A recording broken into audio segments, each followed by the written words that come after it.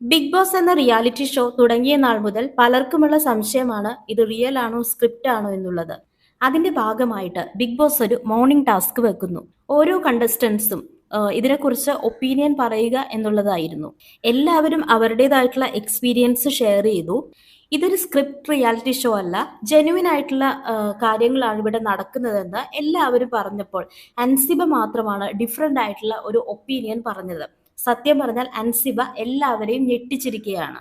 അൻസിബ പറയുന്നത് big boss show എന്നാൽ അതൊരു സ്ക്രിപ്റ്റഡ് അല്ല, പക്ഷേ ബിഗ് ബോസിൽ എത്തുന്ന കണ്ടസ്റ്റൻസ് പലരും സ്ക്രിപ്റ്റഡ് ആണ്. 365 ദിവസം പോലും ഇവിടെ പലരും അഭിനയിക്കാൻ റെഡി ആയിട്ടാണ് വന്നിട്ടുള്ളത്. അൻസിബ ഇത് പറയുമ്പോൾ നോറയുടെ മുഖം ഫോക്കസ് ചെയ്ത് കാണിക്കുന്നുണ്ട്. കാരണം അൻസിബ ഇവിടെ ഉദ്ദേശിച്ചത് നോറയെ തന്നെയാണ്. കഴിഞ്ഞ 2 ദിവസമായിട്ട് നോറയുടെ പാരന്റ്സ് വന്നു പോയതിനു ശേഷം നോറ ഇങ്ങനെ പാരന്റ്സിനെ കുറ്റം പറയുന്നതൊക്കെ കണ്ടിട്ട് അൻസിബ അതിനെ ചോദ്യം ചെയ്തിരുന്നു. പാരന്റ്സിനെ ഓഡിയൻസിന്റെ ഇടയിലേക്ക് ഇട്ടുകൊടുത്തു എന്നൊക്കെ പറഞ്ഞിട്ട്. അപ്പം നോറയാണ് അൻസിബ കൂടുതലായിട്ടും അവിടെ ഉദ്ദേശിച്ചിരുന്നത്. അതിനുശേഷം അൻസിബ പറയുന്നുണ്ട് വേണമെന്ന് പറഞ്ഞാൽ 1 വർഷം കൂടുതൽ പോലും ഇവർ അഭിനയിച്ചു കൊള്ളും. അതിനൊപ്പം തന്നെ അൻസിബ പറയുന്നു ബിഗ് ബോസ് ഹൗസിലേക്ക് വരുന്ന മത്സരാർത്ഥികൾ പലതരത്തിലുണ്ട്. റിയൽ ആയിട്ട് നിൽക്കുന്നവരുണ്ട്, അഭിനയിച്ച് നിൽക്കുന്നവരുണ്ട്. എന്നാൽ ഈ 2 തരം ആൾക്കാരിൽ നിന്നും റിയൽ ആയിട്ടുള്ള ആളുകളെ കണ്ടെത്തുക എന്നുള്ള ഷോയാണ് ബിഗ് ബോസ്.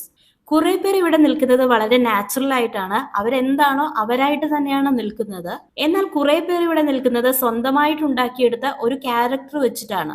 ആ ഒരു ക്യാരക്ടർ വിടാതെ 100 ദിവസം വരെ പിടിച്ചു നിൽക്കാൻ കഴിവുള്ള ആൾക്കാരാണ് ഇവർ. അതായത് താൻ എങ്ങനെയാണ് സംസാരിക്കുന്നത് അതിനെ ബേസ് ചെയ്തിട്ടാണ് പുറത്ത് ഓഡിയൻസ് വിലയിരുത്തുന്നതെന്ന് ഇവർക്കറിയാം. താൻ എങ്ങനെ നിന്നാലാണ് ആളുകൾക്ക് കൂടുതൽ ഇഷ്ടപ്പെടുക എന്നുള്ളത് മനസ്സിലാക്കിക്കൊണ്ട് അതേ രീതിയിൽ അഭിനയിച്ചു നിൽക്കാൻ കഴിവുള്ള ചില ആളുകൾ ഇവിടെയുണ്ട്.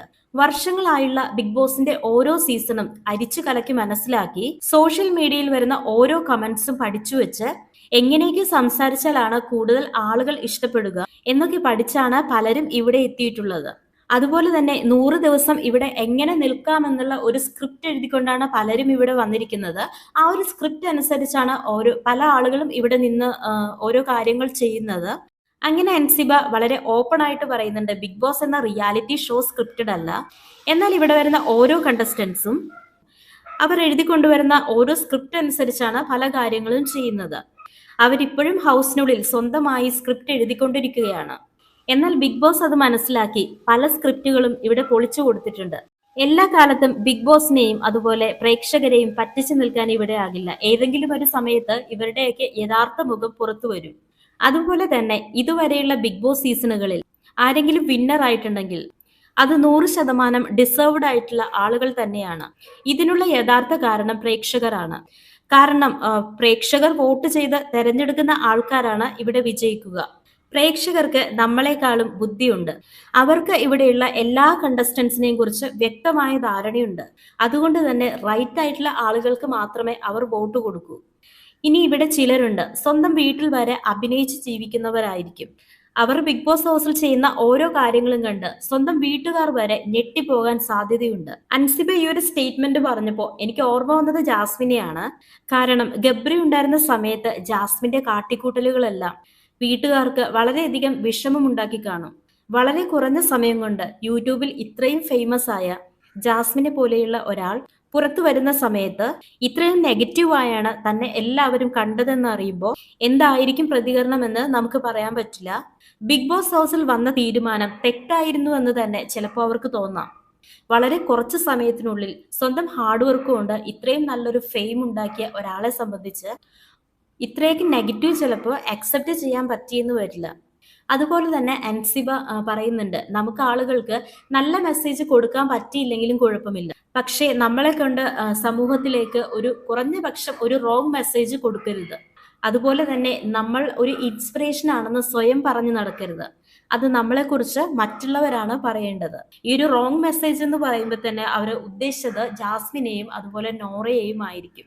ഇന്നലെ നോറയോട് ഈ കാര്യങ്ങളൊക്കെ അൻസിബ ഓപ്പൺ ആയിട്ട് പറയുന്ന സമയത്ത് പോലും നോറ മുഖം തിരിച്ച് നടന്നു പോവുകയാണ് ചെയ്തത്. ഇപ്പൊ നമ്മുടെയൊക്കെ ഒരു വിചാരം എന്താന്ന് വെച്ചാൽ വളരെ കുറച്ച് ദിവസമൊക്കെ ഒരാൾക്ക് ഒന്ന് ഫേക്ക് ആയിട്ടൊക്കെ ഇരിക്കാൻ പറ്റും, അത് കഴിയുമ്പോൾ അവരുടെ റിയൽ ഫേസ് പുറത്തു വരുമെന്നാണ്.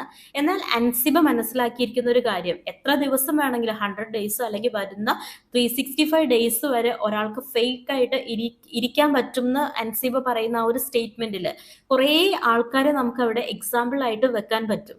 ഇപ്പൊ നോറക്ക് തന്നെ സ്വന്തമായിട്ട് തിരുത്താനായിട്ട് ഒരുപാട് അവസരങ്ങൾ അവിടെ ബിഗ് ബോസ് ആയിട്ടും അതുപോലെ പാരന്റ്സ് വരുന്ന സമയത്തും കൊടുക്കുന്നുണ്ട്. പക്ഷെ അതൊന്നും മനസ്സിലാക്കാതെ സ്വന്തമായിട്ട് ഒരു നെഗറ്റീവ് ആയിട്ട് മാറിക്കൊണ്ടിരിക്കുകയാണ് നോറ. ബിഗ് ബോസ് ഹൗസിൽ ഇപ്പോഴുള്ള എല്ലാ മത്സരാർത്ഥികളും ഫേക്ക് ആണെന്നുള്ള ഒരു അഭിപ്രായം എനിക്കില്ല. ഒന്നോ രണ്ടോ പേരായിരിക്കും ഇപ്പോ ഹൗസിനുള്ളിൽ ഫേക്ക് ആയിട്ട് നിൽക്കുന്നത്. പക്ഷെ അവരെ റിയൽ ആയിട്ട് തന്നെ നമുക്ക് തിരിച്ചറിയാനായിട്ട് സാധിക്കുന്നുണ്ട്. ബിഗ് ബോസ് ഹൗസിനുള്ളിൽ പിടിച്ചു നിൽക്കാൻ അവർ എന്തൊക്കെ കാണിച്ചാലും പുറത്തുനിന്ന് വ്യക്തമായ ഒരു വിലയിരുത്തൽ നടത്താൻ കഴിയുന്ന ഒരു സമൂഹമാണ് ഇവരെ വോട്ട് ചെയ്ത് വിജയിപ്പിക്കുന്നത്.